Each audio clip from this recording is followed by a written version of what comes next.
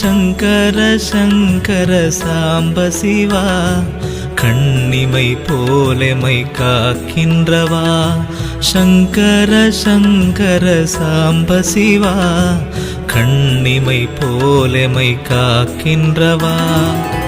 பிறவியின் பெரும் பயனே பரமனின் தரிசனமே, அருகதை அளித்தவனை நீனை மனமே. புனிதனின் திருவடியே விழிகளில் தெரிகிறதே, செவிகளில் பரவசமாய் அவன் புகழே. பெம்மானை பாடவாய் மணக்கும், பேராளன் பார்க்க வாழ்வினிக்கும்.